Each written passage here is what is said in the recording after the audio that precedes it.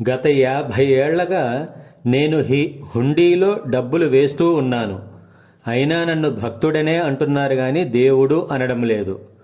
హుండీలు నింపుకుంటున్న ఆయనేమో దేవుడుగానే కొనసాగుతున్నాడు. ఏంటోనండి, ఈ తీరు నాకు అర్థమై సావడం లేదు. సరే సరే, మీ బాధ నాకు అర్థమైంది. ఇది వినండి. హుండీలు ఎంత నింపినా నేను భక్తుడిగానే ఉన్నాను గాని దేవుడిని ఎప్పుడవుతాను అన్నారు కదా. గుడిలో, మసీదులో, చర్చిలో ఉన్న హుండీలను నింపితే దేవుడు కారు. మరి కాలే కడుపును నింపితే దేవుడవుతారు. అలాగే హుండీలు నింపుకుంటున్న ఆయనేమో దేవుడయ్యాడు అన్నారు.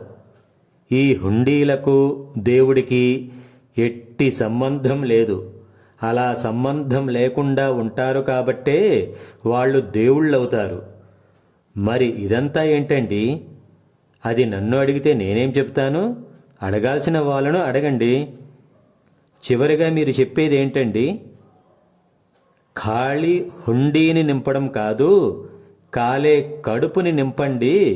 అందులో మీరనుకున్న దేవుడు ఉంటాడు అంటాను. జై హింద్.